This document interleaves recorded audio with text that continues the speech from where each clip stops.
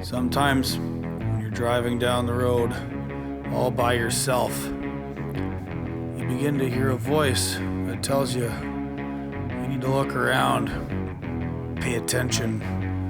Maybe something isn't quite right. That voice is me. It's the voice of Gord.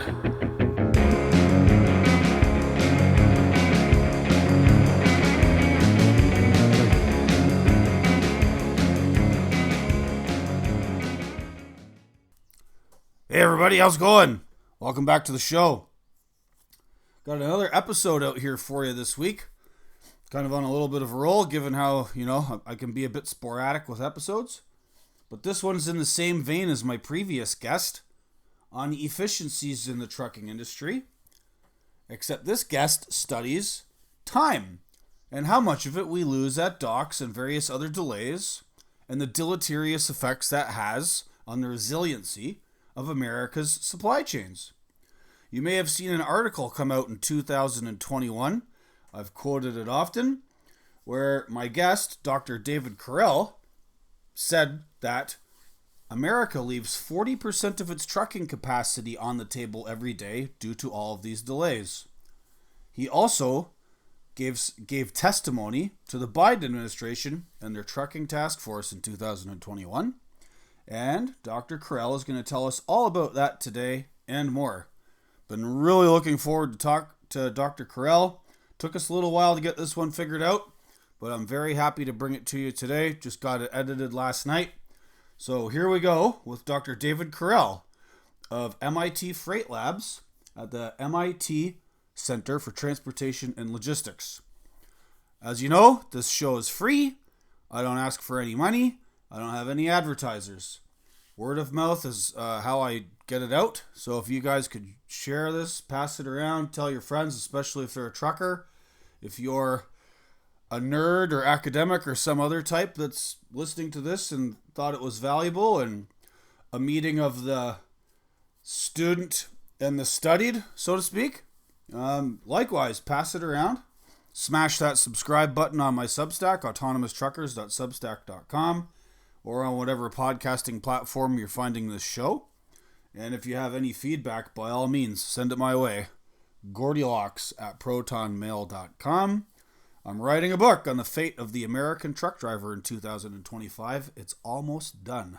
I can't wait to get the manuscript submitted and see it in print next spring. All right, well, stay cool out there. It's been real hot, real muggy. And enjoy this very enlightening discussion with Dr. David Correll.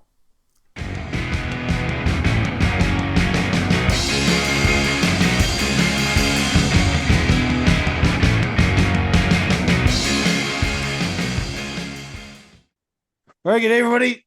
Welcome back to another episode of the Voice of Gord podcast. I am Gord. This is my voice. The other voice you're about to hear is someone I've been trying to chase down for a couple months. I was a little worried he wasn't going to show up for various reasons, but my paranoia has been assuaged, and he is here to share with us research and statistics and experiences in trying to figure out just what the hell is wrong with the trucking industry in America in 2025, which is part of my book project. And I'm very happy to bring you this voice and to explain and expound on all of this stuff, especially the question of what I believe is the longest running problem in trucking, which begets so many of the other ones, being detention. And this gentleman has been quoted in numerous media and testified to the Biden White House. That's how far up the chain of command this gentleman is.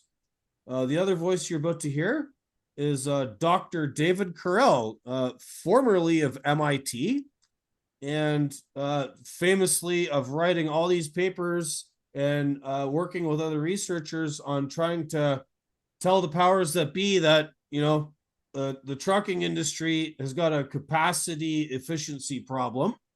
So please welcome to the show, Dr. David Correll. Thank you very much, Gord, for having me and for giving me this time with your audience.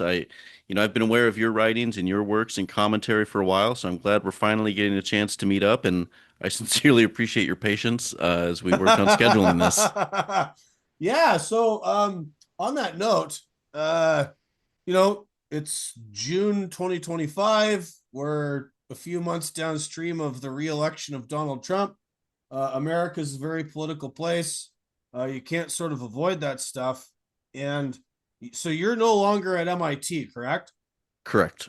And in between MIT and where you are now, you were sort of like in and out of the United States Department of Transportation, which is what sort of like gave you some like, cooties about what you could do or say with other people.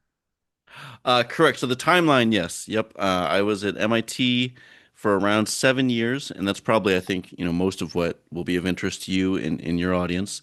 I left that a little over a year ago to join a newly created office at the U.S. Department of Transportation called the Office of Multimodal Freight Infrastructure and Policy. And, if helpful, we can talk a little bit about that. And then, the administration changed. And with that, I was one of the many thousands of federal employees who were abruptly terminated. In my situation, that is actually, although I miss that work and I miss the opportunity to serve my country with the skills that I think I have, uh, I've landed in somewhere that I'm really excited about. Now I'll be working with rail freight. So, maybe that's another conversation, but that's Well, I sort of mean, my history. the two modes interact a lot, and Yeah. I think they're complementary. I'm a big fan of intermodal freight because Yeah. the more stuff gets containerized and put on the train, the better. Because typically the people who haul containers and vans and box trailers are the problem, but we'll get into that.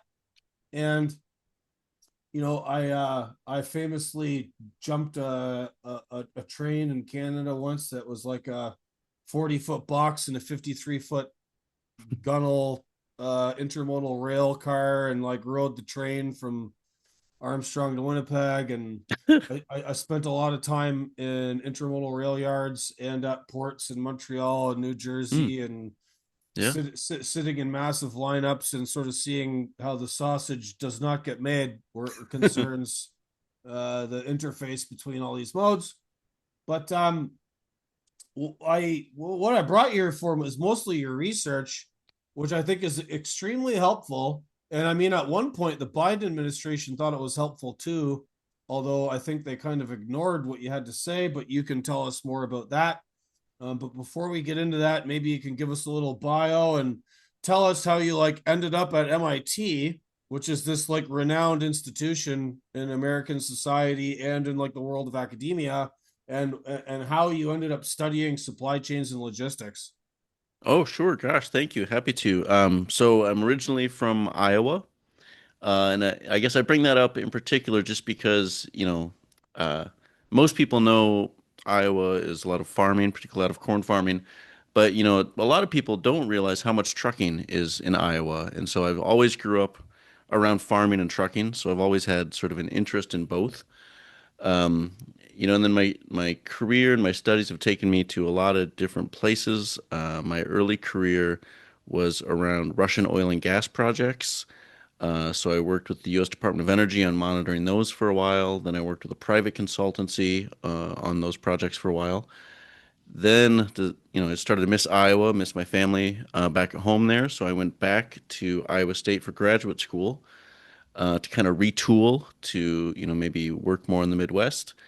And when I was doing that, I got really interested in logistics. I just didn't know that much about logistics before, even though my previous work touched it. I honestly, was young and didn't know very much really. And as I did that, I developed, new skill sets for data analysis and data modeling and all the stuff that we'll get into that contributed to the research. Did that, but then my first job out of grad school brought me back out east. So I was in Worcester, Massachusetts, at a university called Clark University for a while. A wonderful place, many great colleagues there. Uh, Ended up moving to MIT after that. At the, and I think it may be relevant to give context to the research projects that we'll discuss. I worked at the MIT Center for Transportation and Logistics, which is a division of the College of Engineering that is very narrowly focused on practical supply chain problems. So, sometimes people think about MIT, they think about like theoretical math and like, yep, those guys are there and they are brilliant, but that's not my shop. Like my friends will send me texts like, MIT discovered something that's relevant to NASA, saying I was not consulted. That was not my part of the campus. My part of the campus was really, what are current issues in supply chain and how can academics, particularly academics with sort of data science skills, contribute. So I get there, and I was just really lucky. I had an interest in trucking. They have a great program called the MIT FreightLab that was founded by our director, Dr. Chris Kaplis. And I got to work with Dr. Kaplis, and eventually I got the call up to be co-director of the Freight Lab. And when I got to do that, I thought, okay, I need to have my own corner of this. Dr. Kaplis is really a leader in his part of that research, which is a lot around freight procurement and pricing. And I thought, well, that's not really my wheelhouse. I am more of kind of a people guy, honestly, and I wanted to really understand everyone's talking about truck driver shortage, and I bet we'll get into that. Oh I yes. was like, I want to Oh yes, we're gonna get into that. I want to understand the people who are driving these trucks. I've, two cousins who were driving trucks, and I wanted to, I needed to make my own corner within the Freight Lab program that I was lucky to kind of rise to the ranks of a little bit. Uh, and so studying the work experience of the American driver became the little corner of Freight Lab that I carved out for myself, and I did that for about 7 years. And much to my surprise, as we'll get into, the more we dug, the more we found surprising things, and the more people higher and higher up wanted to talk about them. Right. That's interesting career trajectory. Um, I've spoken with a lot of people over the couple of years of running this podcast, and there's a similar sort of thing where there's a lady here. I live near Ithaca, New York. Hmm. There's a woman named Karen Levy who wrote this awesome book called Data Driven. Yeah, yeah. Yeah. I reviewed her book. I had her on the podcast. I read her book like 3 times. And, as you know, imagine reading a PhD dissertation 3 times, being a guy who barely finished high school and trying to get through it all. But it was so good. And, Yeah. I've talked, and then there's these other guys that have like made this sort of jump, right? Like Stephen Burks was a trucker. Michael Belzer was a trucker. Steve Mm-hmm. Viscelli, during his research, became a trucker. Um, so when people like start, I appreciate the curiosity, right? Like in our society, most people take a lot of things for granted. Um, Things have worked for so long now that everybody forgets how it works and why it works. Yeah. And the people who are curious enough to ask the questions about this, Belzer and Stephen Burks and Karen Levy and yourself, yeah, you guys might be, Ivy Tower pointy headed intellectuals or whatever, but like at least you're curious enough to say, how does this work? Why is it not working? And what are the problems we can identify and solve? Right. So you mentioned the driver shortage thing. Anyone listening to this show is going to know I'm a driver shortage disrespecter. I believe that I believe this was a narrative created by corporate lobbyist Fox starting in the 1980s who had to deal with their own shit after they deregulated the business. Although deregulation was somewhat necessary, it went a little too far in the opposite direction. And then they had to like clean up their own mess. And instead of like being legitimate free marketers, I spent a lot of time in the libertarian world. I understand the ideas behind free market economics. I understand the principles and the logic of it. Great. It has lots to speak for it. However, in practice, the people who talk the most about that when they're actually involved in the economy don't actually practice it because it's going to cost them money, right? Like everybody is a capitalist until the price of labor gets bid up.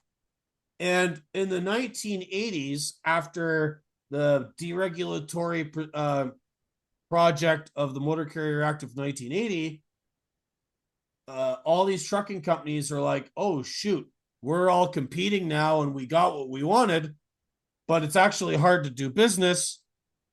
whose hide can we take the profits out of? And that hide was the driver.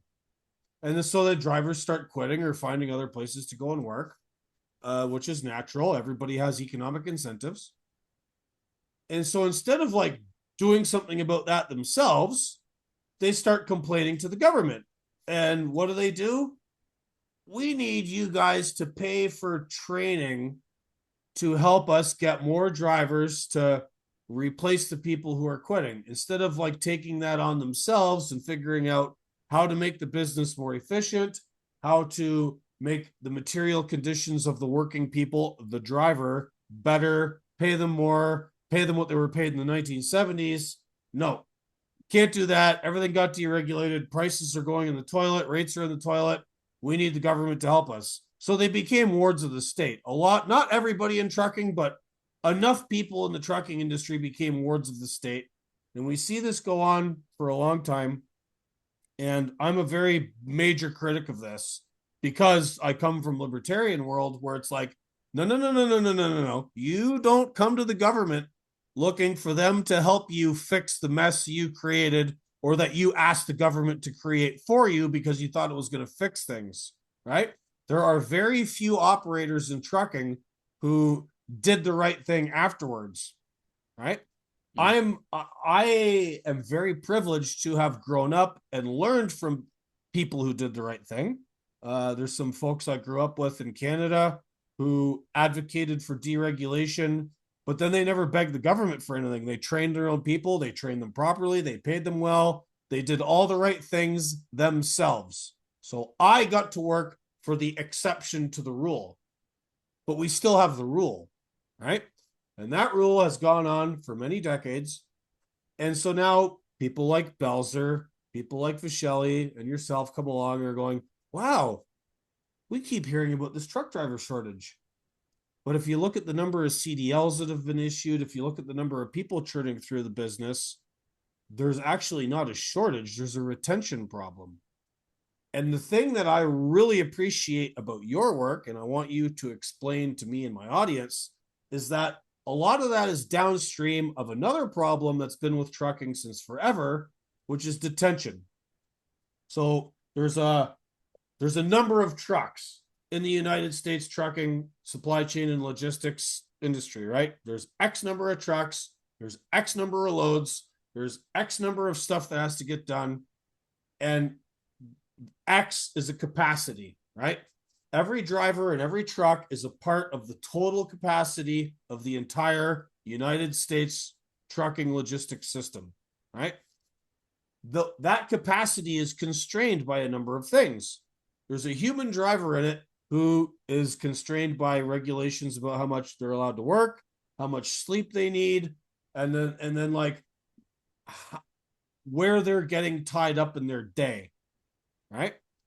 And you and your team at MIT come along and are like, you said something in your research that every trucker in America knew in their bones for decades is that we spend way too much time getting loaded and unloaded, waiting at places. Dispatchers make mistakes. The people booking loads make mistakes. The distribution center you go to doesn't have enough forklift drivers. The loads aren't ready yet. This problem, that problem. And so there's this like, you came up with this number that across all of the sort of like different sectors of trucking that only on average truckers work 6.5 hours of driving every day. And I remember reading that a few years ago when it first came out. And, you know, trucking's very diverse. There's a lot of people who are like in the long haul sector and that's all they ever do is drive, drive, drive, drive, drive. And they're like, well, this is baloney because all I ever do is drive. But they're not the like regional guys or the local guys or the, you know, pickup and delivery drivers. And you're averaging it across the entire industry, right? This number. Let me pause you there just on a note. So for most of it, it was specifically drivers classified as long haul over the road. Really? So Yeah. oh, wow. I didn't know that. I thought it was like spread over the whole thing.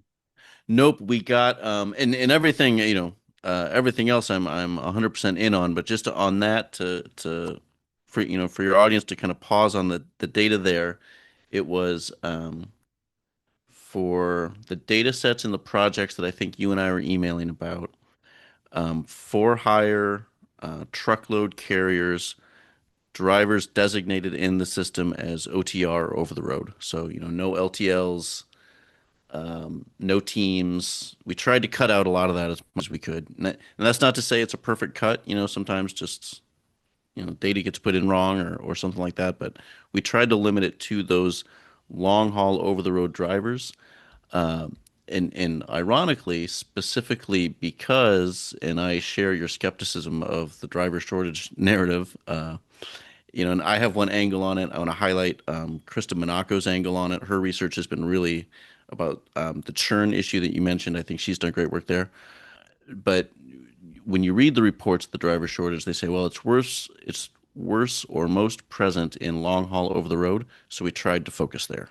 Yeah, there was a study that Monaco and Stephen Burks released in Yeah. 2019, which was cited by the government, by the Bureau of Labor Statistics, saying, is there really a shortage?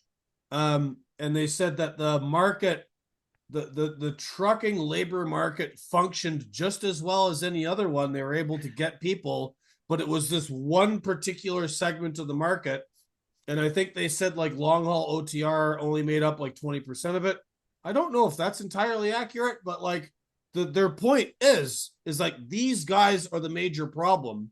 And what a coincidence that the long haul OTR market is dominated by all these big companies, mega carriers in the parlance, who are also donating members to the American Trucking Association, who are this corporate lobby group, who are the primary propagators of the driver shortage narrative. There were many, many countless tragedies experienced all over the world of the COVID-19 pandemic. And what I will bring up is the smallest one, but one that I think probably strikes you and me and your community pretty hard is before, we couldn't have any in-person things. I was working on a FreightLab roundtable that was going to put Monaco and someone from ATA up on front of the stage and just say, "What's going on, guys?"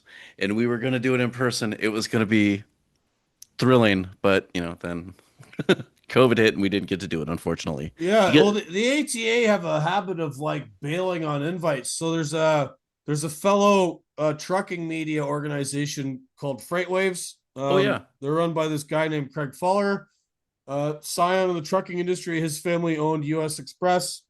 I mean, he's been separated from that for a number of years, but he's done his own thing.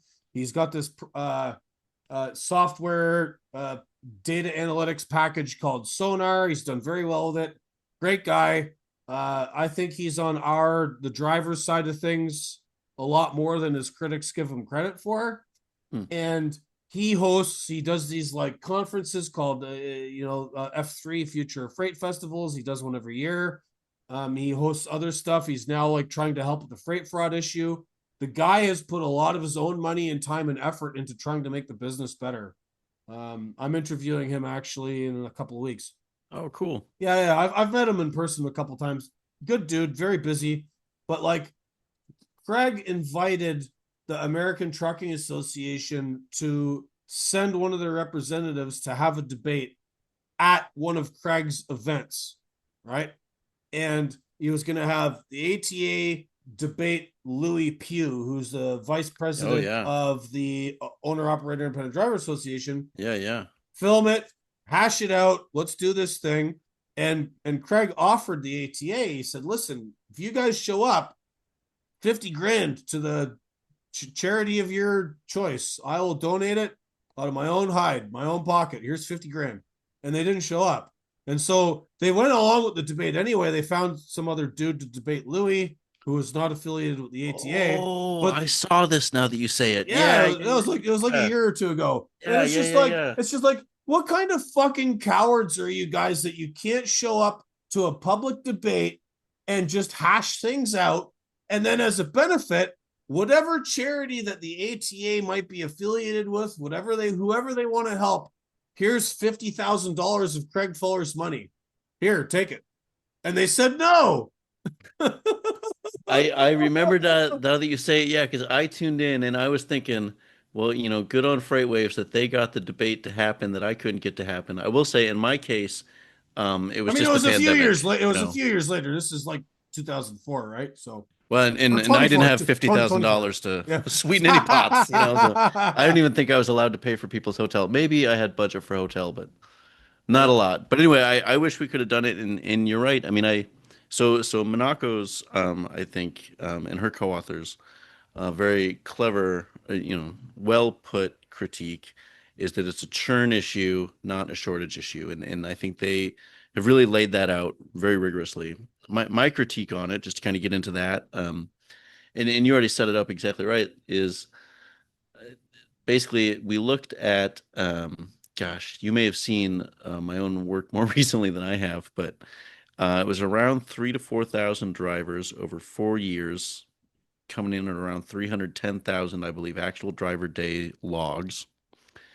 And we kept seeing, and this was at that time across two companies, people getting 6.5, 7 hours per day.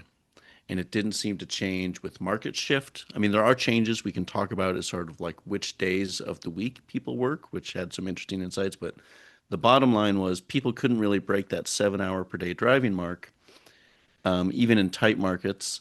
And more compelling to me was, at the same time, there were headlines at that time, 2019, 2020. There was a Washington Post headline.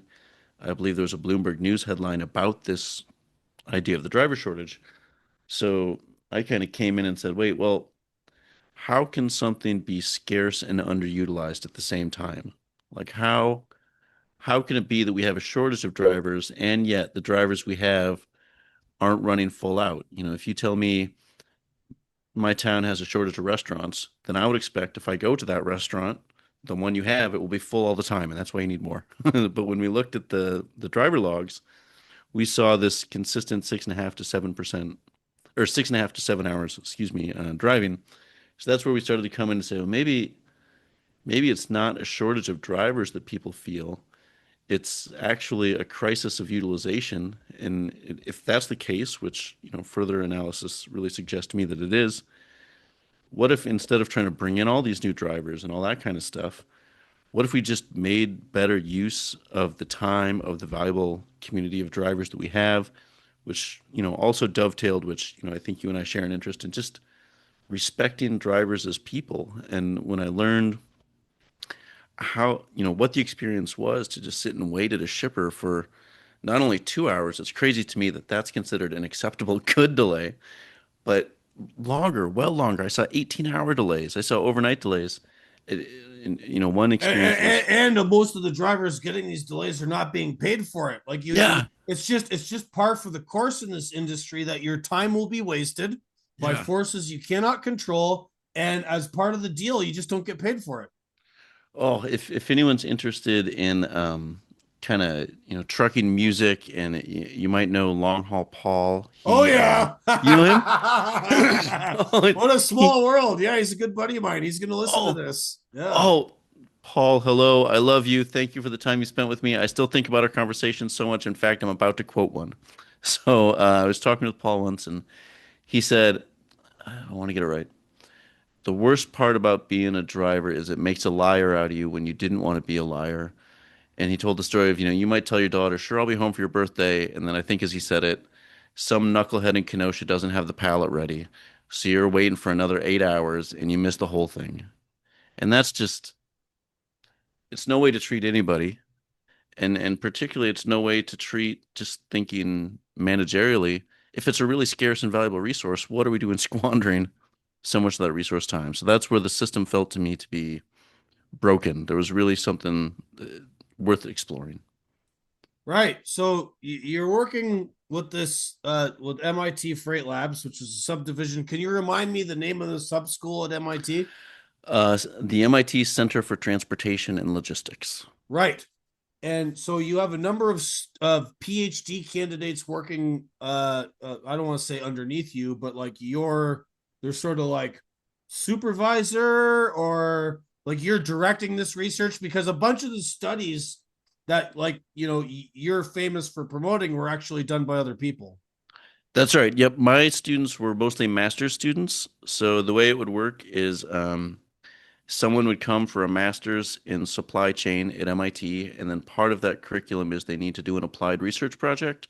So I would get assigned, somewhere between 2 and 6 students a year, and some of them, with time, some of them would come, with the idea that they want to work with me on this already. And so yeah, so a lot of the papers, I think some of the ones I sent you, would be 2 students working on a project, and I'm kind of supervising them, maybe helping them access data, things like that. Right. And so, okay, I'm gonna put you in the hot seat, David. Yeah, I love your work, but thank however, you. in loving something, we must also criticize it. Fair. So I'm gonna come with the trucker's criticism of two of the papers you sent me. Love it. Well, one of them is sort of a general criticism.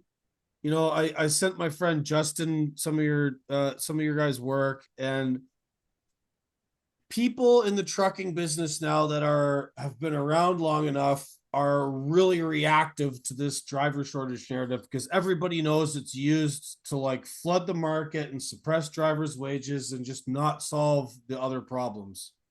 And so I think the title or like the sub lead on one of your students' papers was like solving the driver shortage problem with capacity utilization. And just the fact that like even the again, this is not to say that like there's anything wrong with the research, but just the framing of it, like I think some of us are so like done with this narrative that even seeing it amongst people at MIT, it's like, hold on a minute. You're the smart people. Why are you even using this phrase? You know? I So I mean, that's a minor criticism, but it is what it is. No, I think that's fair, and honestly, that highlights for us. I can't, remember particularly the conversation around that subtitle. I think, just kind of a little bit in defense of my students there. Oftentimes, and this is probably not stuff that your audience wholly cares about, but when people put titles on studies, it's kind of like what's that show, Law and Order, ripped from today's headlines. Right. So they're trying to get a hook in to make it interesting, but It's funny. It's funny you mentioned the phrase "ripped from today's headlines." So I write occasionally for mainstream media yeah. publications. I've done stuff at like Newsweek and the American Conservative, and a couple of think tanks and some other magazines, The Blaze. I don't get to pick the titles, Yeah. so it's like I could be saying this one thing here, but in order to like get clicks and get attention, they have to like use this inflammatory title, which is not exactly what I'm saying, right? So I sort of feel you on that, right? And just a side note, and maybe this will be of interest there, but so as I believe that one was pre-Chat GPT, but towards the end of my time at MIT, and I remember very fondly, I'm still very much in contact with that group. Uh, so in that particular thing, the students would come to me and say, "Hey, we want to call it this," and usually they're the authors, they should own the title. I just try to, for better for worse, and sometimes maybe I miss a few beats. Try to steer them away from disaster. But towards the end of my time, the students would say, "All right, I put my document at ChatGPT, and these are 5 title options. Which one do you like?" I thought, "Oh my gosh, it's a different world." But sorry for the diversion there. Yeah, no problem. I love it. I love diversions. The diversions and color and context, all good stuff. So, this one study, Mara and Sarah Candy, Hmm.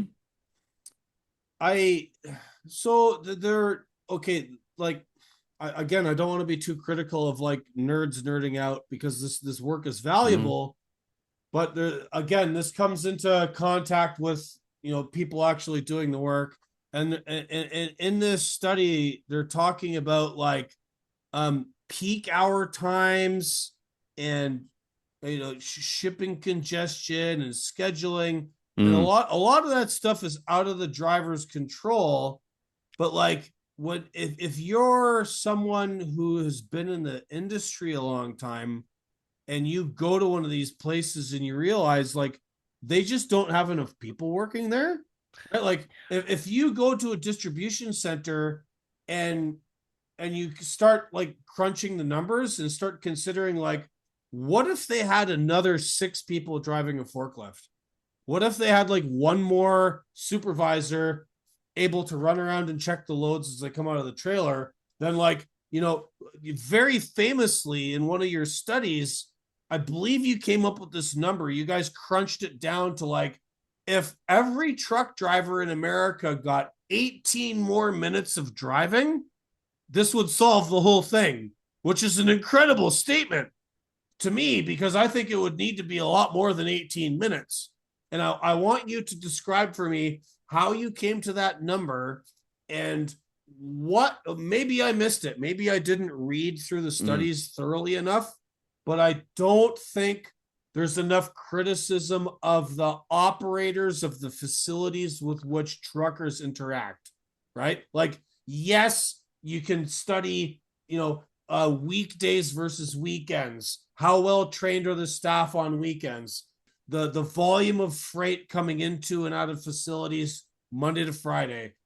All of this other stuff about timing, but then there's the more human element of like, what if they just had more people working here? What if the people running these facilities were not cheap cocksuckers and just paid to have more staff on hand to get more work done?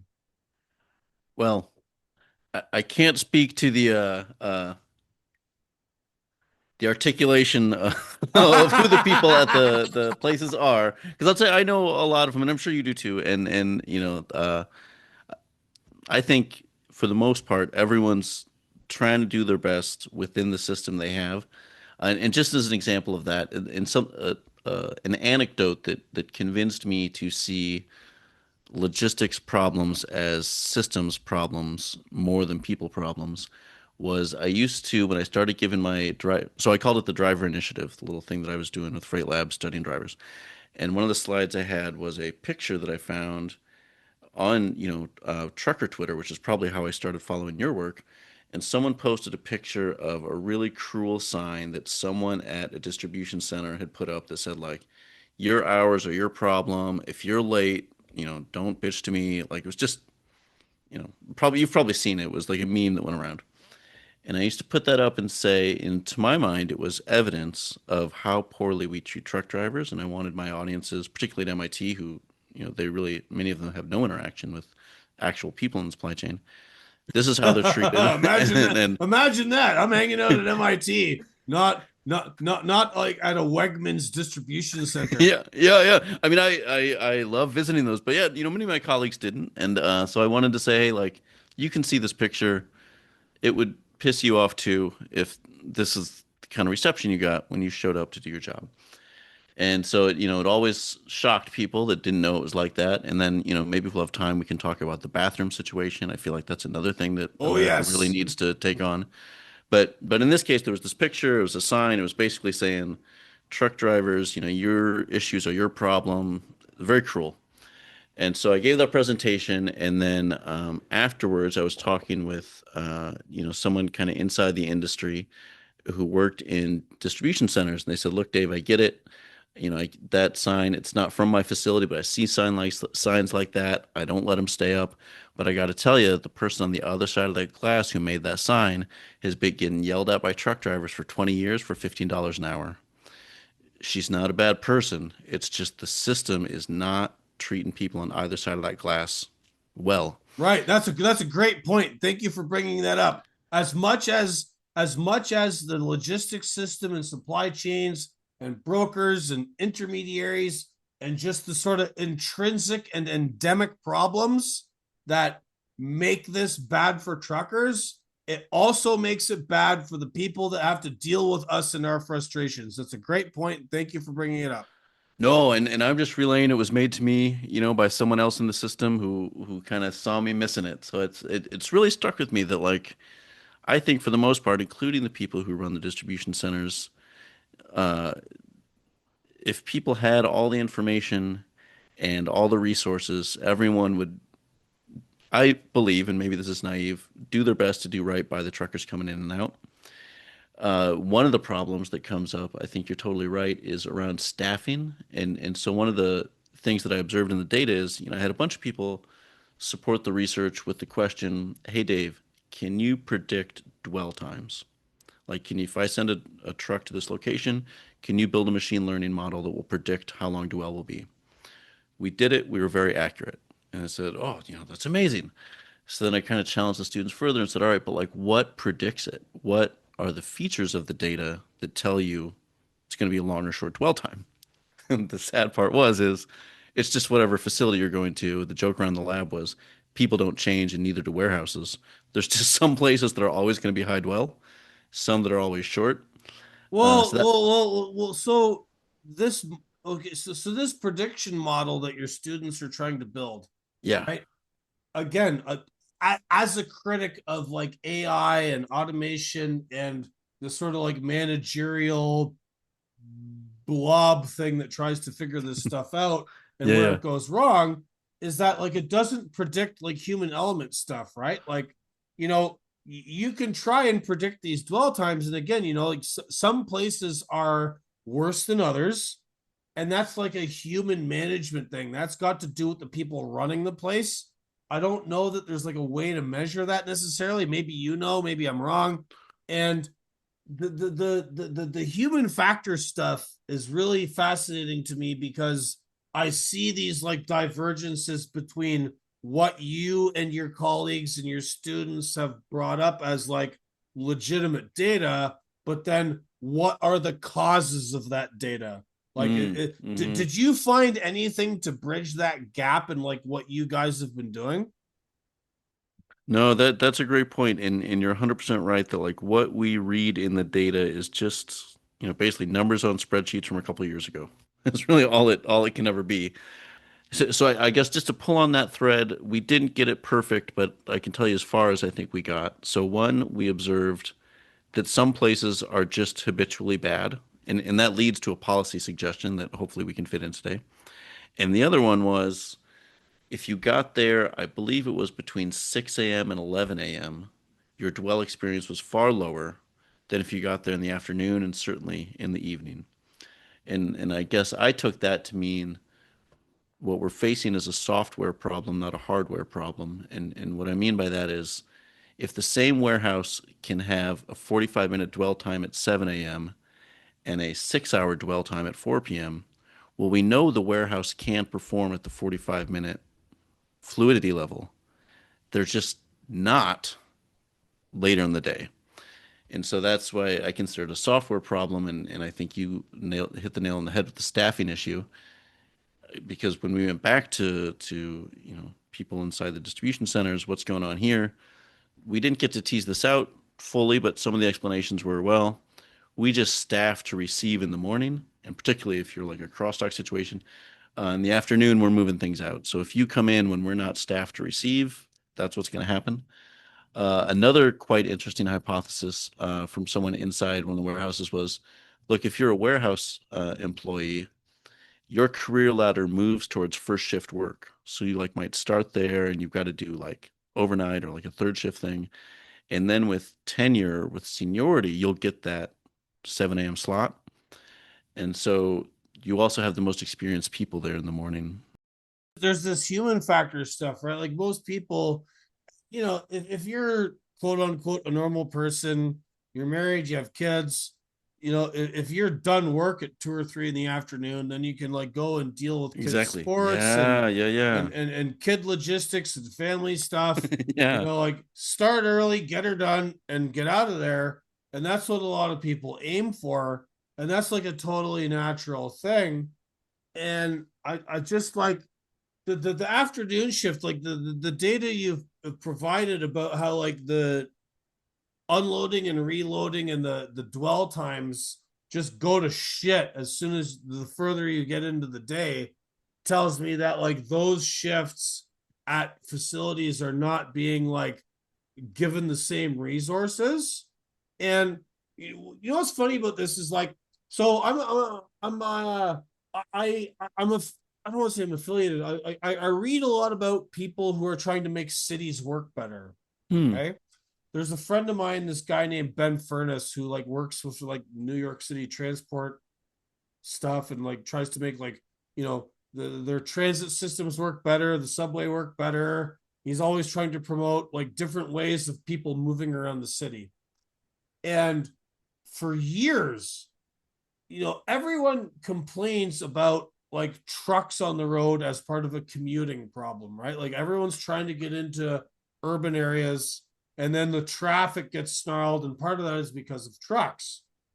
And there's a number of problems with this. And the two big ones are this: the electronic logging device mandate basically like put everybody on the same schedule for the most part. Most Mm, people don't work night shift. If like you're working during the day to interact with one of these facilities, your shift is now dictated by that because you can't massage the rules. And then also people are like moving during the day. So there was a lot amongst these people, like my friend Ben would interact with, would talk about like, how do we get trucks to not be on the roads in the morning or in the late afternoon during these like, times of rush hour traffic and commuting, which is a mm, fair enough question. And then the issue is like, okay, they are bringing product into and out of these cities, and the places they're interacting with have got more limited hours at night, right? So like yeah. all of these like sort of like transit nerds and like my friend Ben are trying to like make things better for the people that live there by like reducing truck traffic during daytime, don't understand that these distribution centers and warehouses and factories and places that trucks interact with have way less staffing in the afternoon and the evenings. And then that staffing that they do have is not as competent or fast as the staffing that's working during the day. Right. So there's this like tension between all this stuff. And I don't think anybody's solved it yet. Haven't solved it and continue to overlook it, I think. So I'm glad you're raising it here with your audience. I mean, we saw it, we see it time and time again that it's natural, I think, for people outside of logistics to underestimate how interconnected everything is. So, we saw it at the ports during the supply chain crisis. People said, well, why aren't these terminals at Los Angeles, 24 hours a day? And then they made some effort to enforce that. But the thing is, if the warehouses that the drivers are servicing once they pick up from the port aren't 24 hours a day, you haven't really solved anything. So I think we always, we too often overlook how interconnected our supply chains are, and we do it at our own peril because solutions only work if they touch across all the if affected nodes. if everybody is willing to help, right? Yeah, yeah, yeah. And I think willing or and maybe this is a little bit of a pessimistic viewpoint of mine, but properly incentivized. I mean, I think we can ask people to help, but we got to set up the system that it's in their Oh boy, interest. proper incentivization. Oh boy. All right, I want to move along. Yeah. We're almost an hour into this. I want to ask you about. So your research has been very well regarded, as is that of your team. I don't want to Well, like thank you. you're Yeah, no, they are amazing. the people working with you at MIT have done some great stuff. You were asked to submit some testimony to the Biden administration.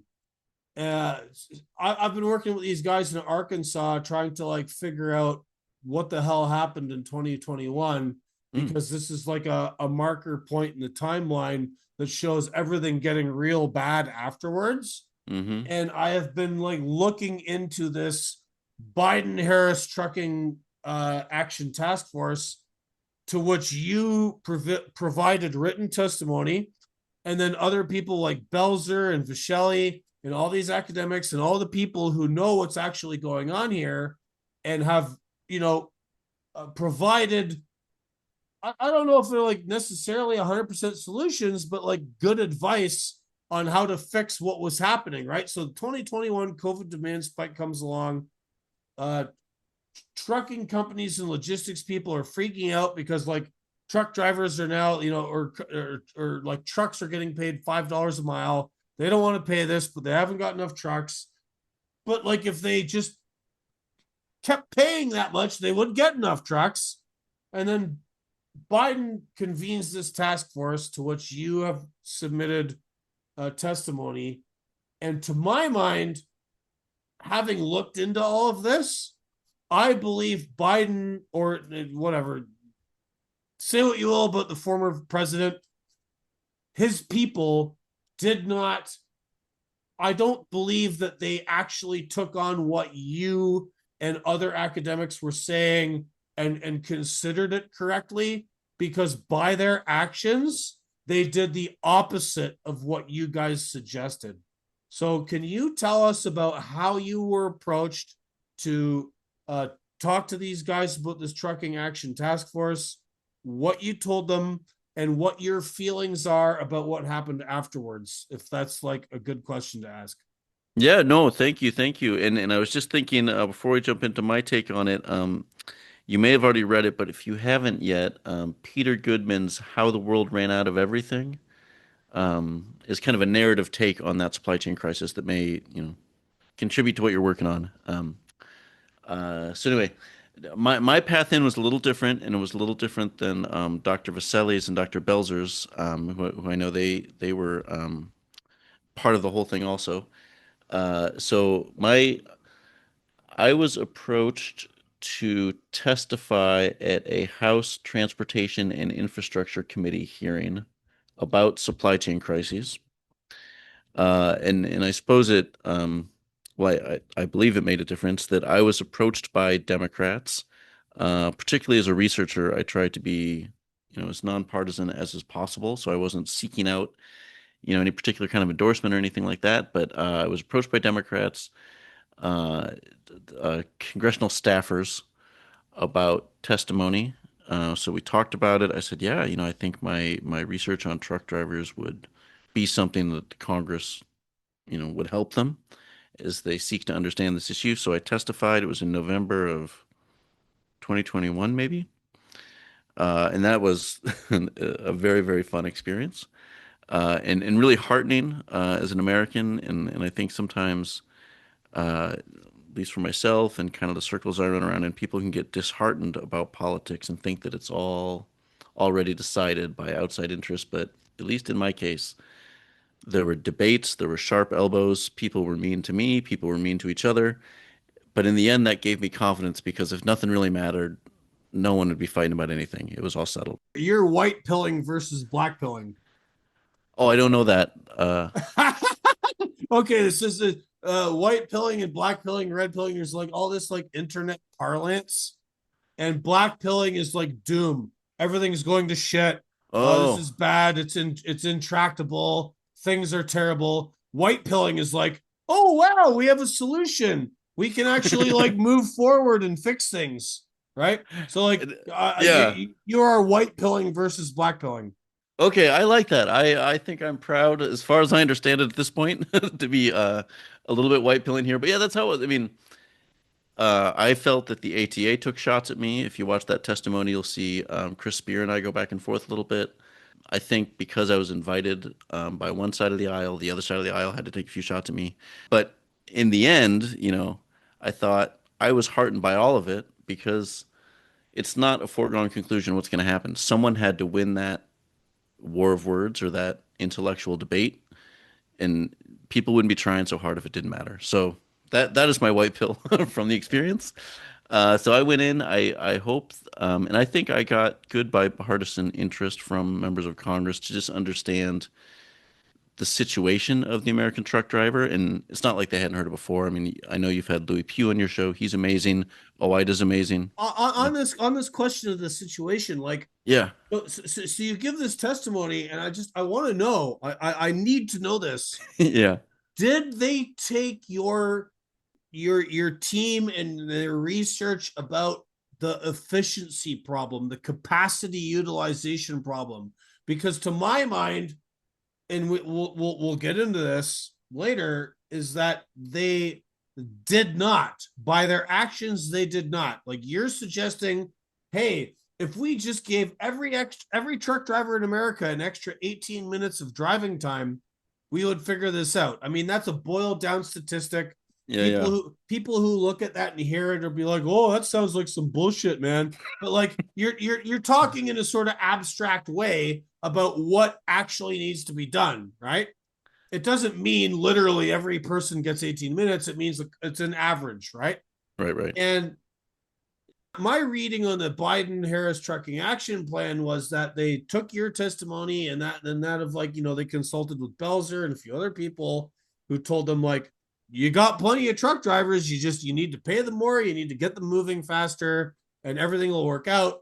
And then Biden was like, we need to double the number of truck drivers in America. So just throw more bodies at the problem. So from 2021 to 2022, the production of CDLs in America did double without any doubling of like DMV and DOT inspectors or testers or the infrastructure necessary to train people. And then these other guys I've been working with in Arkansas have dug up evidence to suggest that like they were just giving licenses to people from other countries that just showed up here with very minimally reduced testing requirements. And that's how they achieve that rather than taking on your suggestions to get the entire supply chain system moving more effectively. So I guess my question is like, you've given them this testimony. Now they've done these things. Like, how do you feel about that? Like you and your team have done all this work to show all these problems. And then Biden was just like, Well, I'm afraid you're going to accuse me of white pilling again here, but I'll give you my first answer. And you can tell me. So and I got this advice, and it was good advice. It was basically like, Dave goes to Washington. They're like, Dave, you're not going to get in front of these people ever again. So tell them exactly what you think you want them to do. So exactly what I wanted them to do was to come up with a plan like Department of Sanitation has in every city that puts a letter grade for sanitation outside restaurants. I wanted that for every trucking node in the United States. A, B, C, D. How do you treat truck drivers based on detention time, bathroom access, and make it based, public. extremely based. I Yeah. support this. So that's what I threw out there. Crickets. So they did not do that. If you said, Dave, did they do right by what you thought they should do? They didn't do that. I don't know the political cost of that, and I continue to push that idea around to anyone who will listen. But what they did do that I think is underappreciated and has potential to be tremendously helpful is this program that I used to work on that I was later invited to work with the DOT on is the Freight Logistics Optimization Works. And what that is a really unique, certainly in the United States, if not the world, data pooling program that would allow everyone in the supply chain to have greater visibility into what's coming in and out. And with that, we have the potential to plan better and reduce dwell times starting at American ports and hopefully move in. So that I thought was a tremendous step in the right direction. That's part of why I joined the team. So I guess my answer, I didn't follow. I saw all that stuff about the mentorship programs and that kind of thing. What I really asked them to do was the letter grades. They did not take that action, but they did create flow. And I believed in flow so much, I left MIT to go contribute to it for a while. Right. There's an app online. Speaking of the letter grade thing. So there's this app on that truckers can have on their phones. It's called Trucker Path. And Yeah. it tells you about like truck stop availability and whether scales are open or not. It's got all kinds of information. But there's another one, and the name escapes me. God, You got True Load Time or Doc 411. Doc 411. There you go. Yes. Yeah. Yeah. Great guys. Yeah, Yeah, yeah. no, they're on Twitter. They follow me on Twitter. Oh God, Oh, why did I cool. forget? Sorry, Doc 411. I'm so sorry for forgetting your names. But like I've been out of the game for 2 years. I've been laid off and I can't get another job. That's another story. But like there's this like, Doc 411 effectively gives the letter grade to all these places. But the problem is this: you as like, and I'm not saying you, I'm saying like the royal you. Let's say you're a Yeah. trucker and you have this Doc 411 app and you understand how the business works. And you're like, okay, cool. I don't want to deal with these guys. So you don't. The problem is this is downstream of this Biden trucking action plan and the expansion of visas is they've insourced a lot of labor. This is the part of our conversation that's going to get like spicy and possibly get both of us canceled. Is that um, the American trucking industry, quote unquote, writ large, supply chains, Amazon, FedEx, whoever, have decided that, like, well, you know what? We're not going to fix the dwell time thing. We're not going to pay people by the hour. We're not going to pay them more. We're just going to take advantage of the rest of the world. So, Mexico, tons of people, a lot of them are destitute and poor. We'll just bring them here. India, 1/3 of India's population is unemployed. Um, Prime Minister Modi and his cabinet and his advisors have been very public in their plan about, like, let's just emigrate most of India around the world and have them send remittances here, and we'll get back at the British for their 100 years of rule here by infiltrating the Anglosphere. That sounds conspiratorial, but it's actually true, and it's actually a thing. And so now we have a number of people. I don't know what the percentage is, but there's a lot of people in the United States trucking industry now who are not from the United States and effectively got here yesterday. They don't understand how any of this works. That's not to criticize them as people. That's not to say they're any lesser than an American trucker. They just don't know. And they're in effect being taken advantage of this, right? So, Amazon, for example, has this internal load board system called Relay, where they farm out loads of stuff they move, and it creates a barrier of accountability.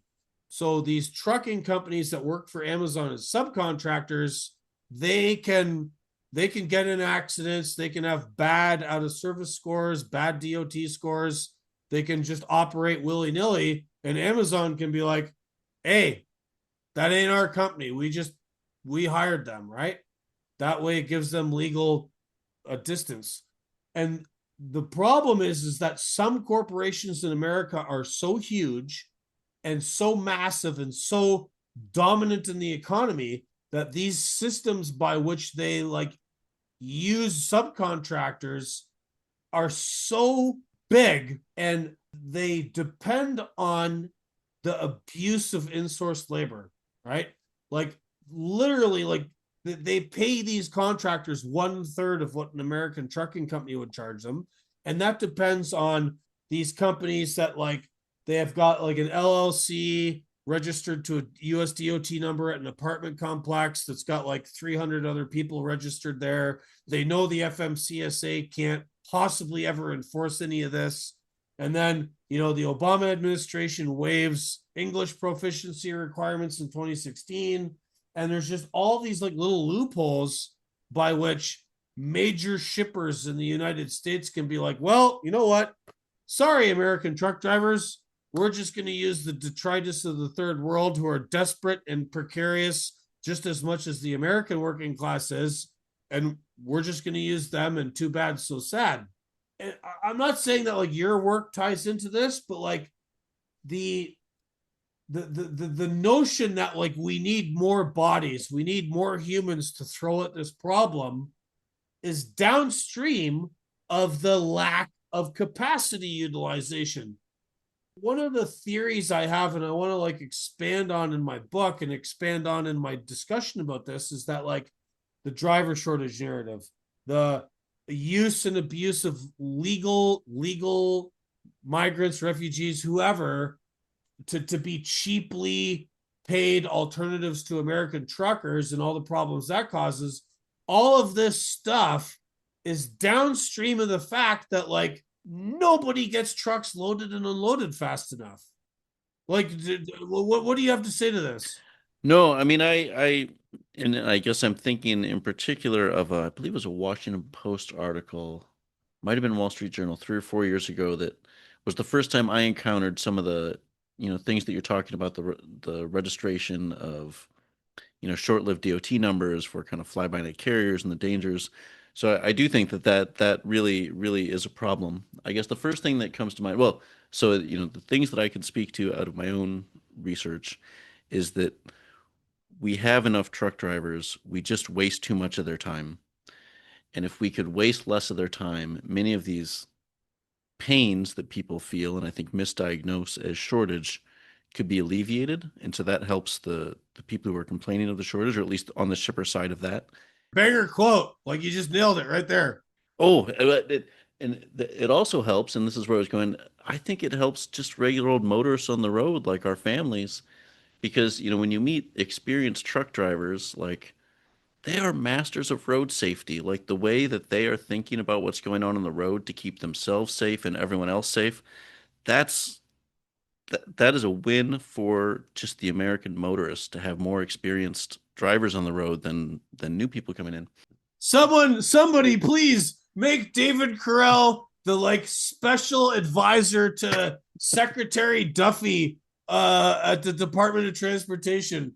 Please take this man. He knows exactly what's going on. He worked at MIT. He has all the numbers. Please take him. Take him. Please. Please put him in the Trump administration. Oh my God. Ah. Your endorsement means something, my friend, for sure. I don't know that I'll get that call, but if I ever do get the call, I'll let you know. But that would, I think there would be, and then I guess the third kind of step on that is that one of the things that I observed at DOT, I've never really worked in safety, so that's just my conjecture, but I firmly believe it to be true that these experienced drivers, and I think it could be easily backed up, would be much, much safer and much, much better for the American motorist.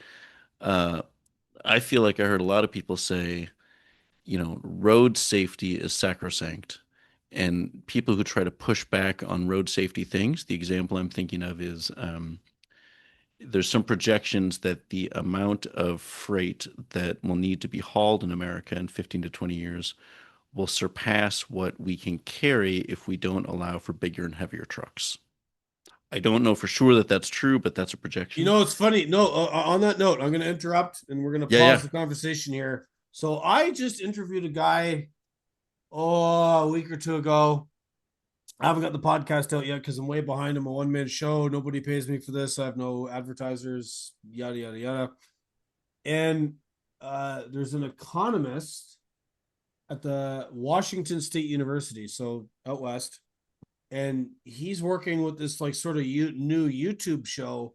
And their second episode was about this question about the like you and your team have talked about capacity utilization, which is based on time, right? Like how much Mhm. time do drivers spend here and there loading, unloading? How much time is there wasted? How much time do they have left to drive? Which is, a very key component to this. And then this guy is talking about the physical capacity.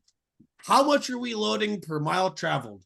Why Mm. is it that like Europe and Finland and Sweden and Australia and New Zealand have like all these like heavier, longer trucks that are able to like fulfill this efficiency and capacity requirement? But in the United States, we're stuck at this like federal 80 grand, tandem tractor, tandem trailer. Some states allow way more stuff within their own Hmm. states, but like as a whole country, we're the system has got a time inefficiency and like a weight and mass capacity inefficiency, which is what you're about to talk about. Hmm. Carry on. No, no, that's a very interesting take on it, and as we stay in touch, I'd love to see what that team comes up with. I guess the what I was thinking of there is that I was surprised to sort of just be in the room as people discuss this, and they would say, "Okay, the Bureau of Transportation Statistics projection suggests that this much freight is going to move. We can't move that much freight without expanding height and weight limits on trucks."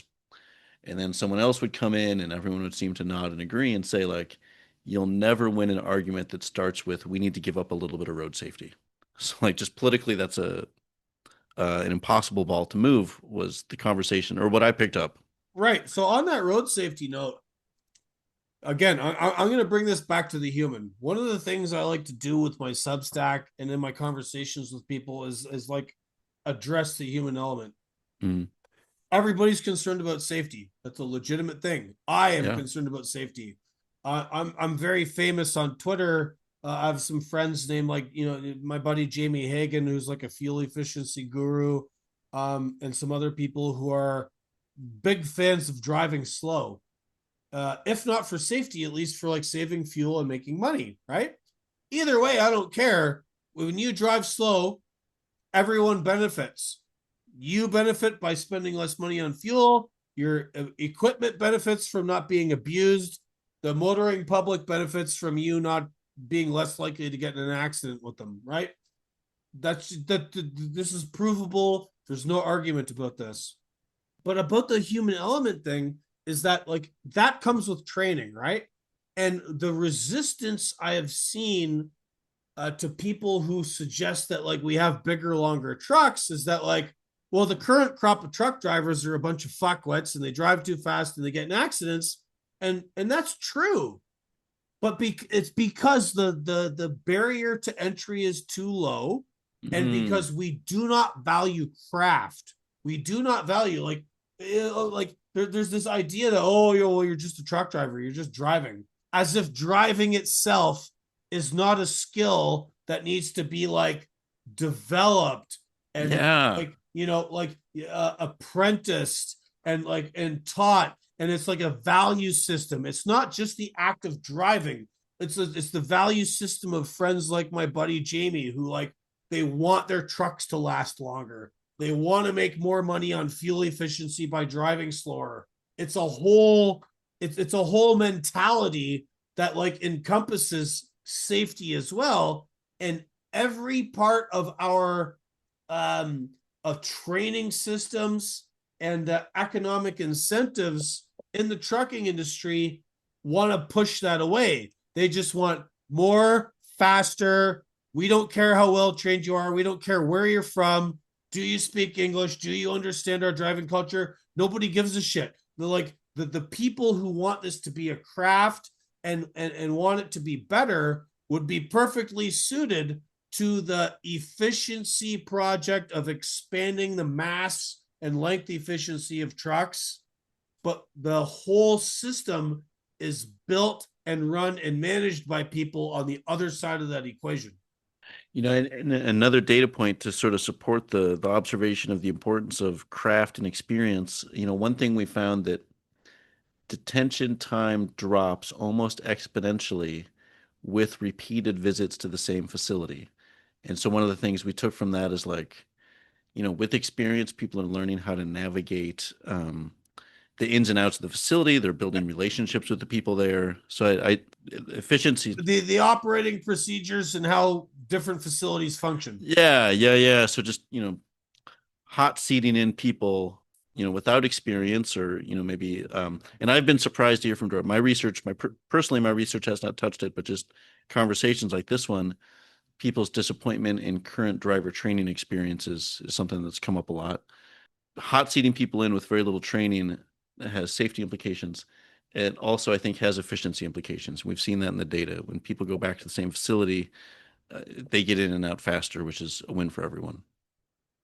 Right. And there's like the human element too, right? Like, so I want to thank a friend of mine named Ashley. Uh she introduced me to this term called spreadsheet brain, Mm. which I've used a lot in my writing and in talking to people. And there's some truth and there's some value into this term.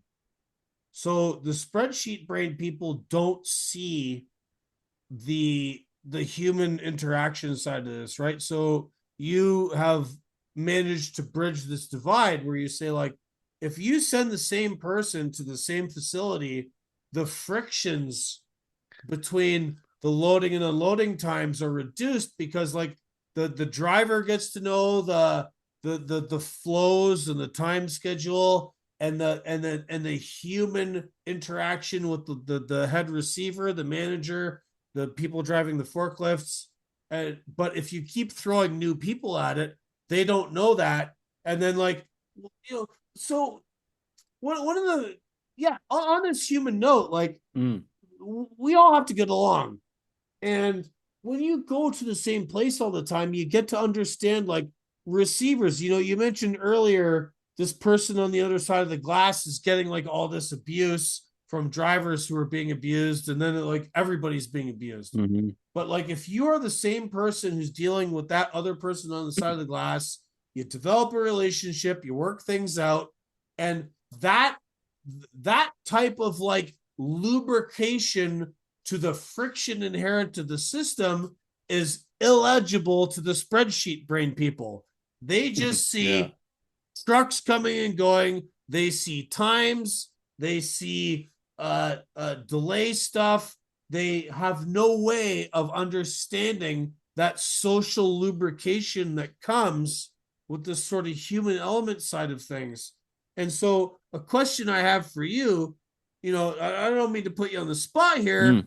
but like, you come with a pedigree, right? Like you have been a supervisor at a sub school at MIT. You've worked with all these people.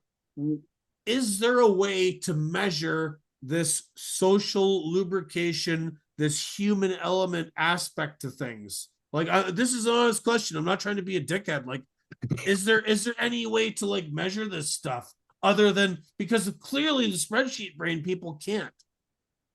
No, it's gosh, it's a really interesting. I've not heard that term spreadsheet brain, but I do think you're right that it touches on something. This will be a very wonky answer, but the first thing that comes to mind is we can't measure it, but perhaps we can approximate it. And by that, I guess I mean so like we can measure how many times someone's been there and see if that speeds thing up in a measurable way. So that's one way to do it. I think there's something around job satisfaction surveys, but I don't know that personally, I'm not a big believer in the accuracy of those. Um, what is it about those surveys that you find skepticism or that you don't trust them? I I just think if you and this is more of just a psychological, perhaps bias of my own, but I kind of think when you ask people about how they're feeling, they're not always answering, well, this is directly how I'm feeling. They're kind of couching it and thinking about, well, what do they expect me to say? What does someone who's good at their job say? If I say this, will it have repercussions because they'll know that I said it? So to my mind, those feel a little suspicious. But that would get to some human element. I mean, one, and again, this is an approximation and maybe even a poor approximation. I did another project where we were looking at log data as well as some other data sources to try to predict. And I can't remember if I sent you this study or not. I think I sent you one version of it. Predict if a truck driver is going to quit. And so, just reams and reams of data, try to understand, is there anything in here that will give us a heads up that someone's going to quit? And we were able to get there in one of the projects. I don't think this one is the one that I sent to you, but where we looked at this was some ride-alongs I did with some delivery drivers. And I'm doing the ride-alongs with those guys, and I'm noticing that like some customers are just jerks, and some are real easy to deal with. Some the driver comes in, it's like, oh hey Rick, how's the family? What's going on? Waka waka waka. Others, the driver walks in and they, check every line of the invoice because they think they're going to get shorted. The customer says, "Oh, there's not room in the back, so you got to make room." So now the delivery guy's got to do stuff that shouldn't be asked to do. And so I was thinking, all right, let me then calculate out how many minutes it takes to serve each customer, or sorry, how many units are delivered to the customer divided by how many minutes the driver spent at the stop. So it's like minutes to serve per bottle of beer would be the way to think about it. And then we saw that there were these people that were really high minutes to serve per bottle of beer, if you will. And we took that as like, my research partner in this didn't like it, but I called them nuisance customers because they were like, these are people that just are a real nuisance to No, go it's a to. great way to put it. And then I counted, well, how many times in a month did you send a driver to a nuisance customer? And that turned out to be pretty predictive. One of the more predictive tools of if someone's going to quit. And so I bring that up in that it doesn't exactly measure the human factor, but it gets at something about treating people with respect that will show up in your retention that we were able to capture in the data. The flip side of that is, is management going to fire those customers? Probably not. But maybe management will say, I'm not going to send Dave there every week this month if we know, that guy's a jerk. Right. And it's funny about the retention thing as it relates to like, we have you're a trucking company owner and you have dedicated drivers that have worked for you for a long time and they try to do right by various customers, but then some customers don't want to cooperate and Yep. then they become a friction point in that driver's routine. Karen Levy spoke about this in her book Data Driven, where you know drivers being detained and held up, and then the data of that being scraped by the surveillance technologies that she was discussing, and in her studies, like this is like her book was the result of a 10-year long study Yeah. program, right? Like it was basically a PhD thesis, Yeah. Yeah.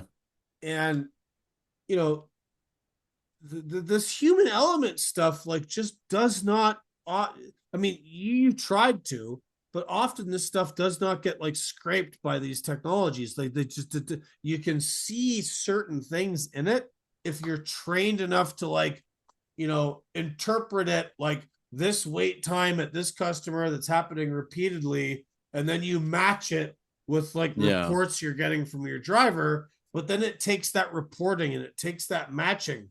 But if you just purely leave it to technology, this stuff doesn't get reported or like absorbed into the data, which is trying to tell you something about what's going on here. Oh, you're 100% right. I had multiple companies. The first time I did that, and I'd get to know trucking companies over the course of the research. They'd say, "Hey, Dave, you want to come do that for us?" Like I was surprised how few people had done that. And I guess, and I know I'm cheering for my own song here, which, I'll ask your audience to please forgive me the vanity of that, but that's why I like the letter grade idea because I feel like if you put an A, B, C, D on all these shipper facilities and say they got a C, then the carrier can at least ratchet up the price to serve at a C. And then that gives incentive to that carrier. Like, why are we paying this amount to be serviced? It's like, well, because you're a C It, on be, it, the. be, it becomes another data point in like so in capitalism, right? Like broadly speaking, Yeah, yeah, yeah, yeah. in capitalism, how people exchange things is based on like price points, and like price is like a signal. It's a signal delivery mechanism, right? Like you study economists, Yeah, yeah, yeah. be they like libertarian types like von Mises or Hayek or Yeah, yeah, yeah. whatever, like Milton Friedman. Every price is a signal that tells you something about what's going on with like the availability of a product or service, and having another data point to affect that price, be it an ABCD rating on the service you're going to expect. And this is the thing with trucking is like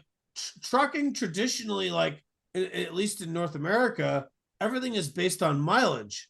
Mm, But mileage is not the only factor.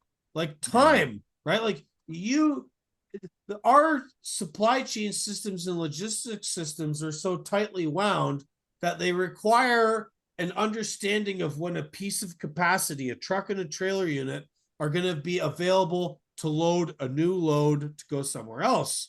But on the load, getting to the new load, to the old load, you're stuck waiting somewhere to get unloaded. And then that screws up your appointment times and your entire plan for the next load because that capacity is just getting held up, and then you don't even get compensated for that being held up. Mm, Like never mind the driver, like the company that owns this piece of equipment, like they need to recoup the costs for that piece of equipment, and the charge per mile thing does not encompass the whole story. And there's like, so what do you think, right? Like, all right, you're an academic, you've studied all this stuff. There's this like piece of legislation that was introduced in 2022 in the United States by this guy Andy Levin, Democrat from Michigan. He's gone now. He got primaried out. Someone else is representing his district, but he started this thing called the Guaranteeing Overtime for Truckers Act. Are you aware of it? yes. Yeah, yeah. So the idea behind it was is like, okay, truck drivers as a labor group, as a group of workers, are exempt from being paid overtime, right? Yeah. Which like has consequences for everything else we're talking about, because there's no price attached to their labor past 40 hours. However, most truckers are expected to work 60, 70, 70 plus hours a week, which it provides a cushion for all of this delay time and detention, right? Because it doesn't cost anybody to do anything about it, right? So one of the things I've been trying to say, and people like Owida have been trying to say, is that, like, look, if driver's time is at a premium after 40 hours, like every other worker in America, then the trucking companies have to recoup that to pay them, which means they have to increase the rate they charge their customers. That rate is a price signal to their customers to say, listen, if you want the maximum efficiency gained out of the trucking service you're purchasing, you have to consider the time involved getting the trucks loaded and unloaded, and you have to stop believing that you don't have to pay this driver and this truck to sit at your dock, right? So, like, on the one hand, it seems like a labor thing, right? Like, it seems like, oh, we're just going to, like, pay these drivers more. But it actually speaks more to the entire Mm-hmm. efficiency of the supply chain system. Like, do you have some comments on that? Yeah, I hadn't heard it framed that way, but I really like it. So it's saying that, and I think honestly it was Belzer's book that really helped me understand the history of that particular provision. And one of the things that struck me about Belzer's commentary was the reason drivers don't get overtime, or the reason that was put forth was that, well, they're so well protected by the labor unions that will protect it. But obviously we're in a different world as far as union participation. Yeah, Teamsters only represent 5 to 7% of truckers, barely. Yeah. And then I think it was in the 60s whenever that was decided, there was much higher labor union participation. So that reasoning has really fallen off. I think that's a great point that, like, a well-run system will make better use of everyone's time. And so I hear the argument you're making is that putting a higher price on time gives further incentive to have a better run system because we're not going to squander it. I love that point. I haven't thought of it until you said it, and it also kind of reminded me, going back to our friend Long Haul Paul, thinking about, Hold on a minute. I, Whoa, whoa, whoa, whoa. oh, You haven't thought about something, Mr. MIT data scientist. You didn't think about it that way until me, retard truck driver from no, Canada, has mentioned it. What? it's true. No, I did not think about that bill in that way, but I love it the way you framed it. That is awesome. And I guess part of the reason I'm excited about it was, like, so speaking of craft, the things that I am trained in are like quantitative models and testing and optimization, and sometimes it can feel like that is cold comfort to real people. But thinking about, when Paul told me that story about how, like, it makes a liar out of you because you miss a birthday because the system's broken, that's where I can think, you know what, if I can even move an inch towards helping that system perform better, that is really helping people, because I think what drivers want is just to get home. They don't want, like a hot dog at Driver Appreciation Day or whatever. I think they really want people to respect their time the way that other Yes. professions' times are So, respected. on that question of respecting time, so Yeah. you and your teams of researchers came up with this number. Was it 12 minutes or 18 minutes per day? It started at 12 and moved to 18 um, What later. so what in your mind would it take for the supply chain logistics and trucking industries writ large, right? Like, to just get it in their heads, make it so that we're not wasting truckers' time, and literally by only 20 minutes a day. Like, how do we get a trucker out of our dock half an hour, 20 minutes faster than we normally do? What do they have to do? Like, I want to give another shout out. So, a friend of mine is a former reporter for Business Insider and FreightWaves. Her name was Rachel Premack. Oh, she's great. I loved her Yeah, stuff. yeah. Yeah. Rachel investigated this question, and she talked to some, distribution center operators and warehouse Yeah, yeah. operators, and they gave to her what is, in my mind, some sort of like milk toast shitty explanations oh, there's too many SKUs. There's too many. There's too many riches. There's just too many products, and our supply chain and warehousing infrastructure is not built to accommodate them. So they blamed in supply chain infrastructure and the volume of stuff going through that infrastructure rather than how that infrastructure was managed or the Mm, people working there. So they like I'm not blaming Rachel for this, but like when I read her article about it, it seemed to me they were trying to like kick off responsibility to the big picture problem rather than their own role within it. mm. I guess I would add to that, and also, hello to Rachel, if you see her.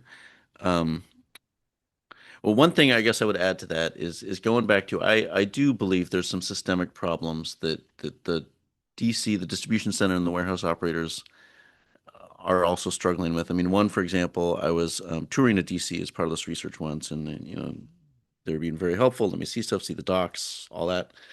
And they said, "Hey, Dave, once you get done with this, I know it's hard to get a driver, but it's really hard to get a warehouse worker too." So I think there is, at least at that time, that visit was probably, 5 years ago now. I would imagine it's exacerbated, honestly.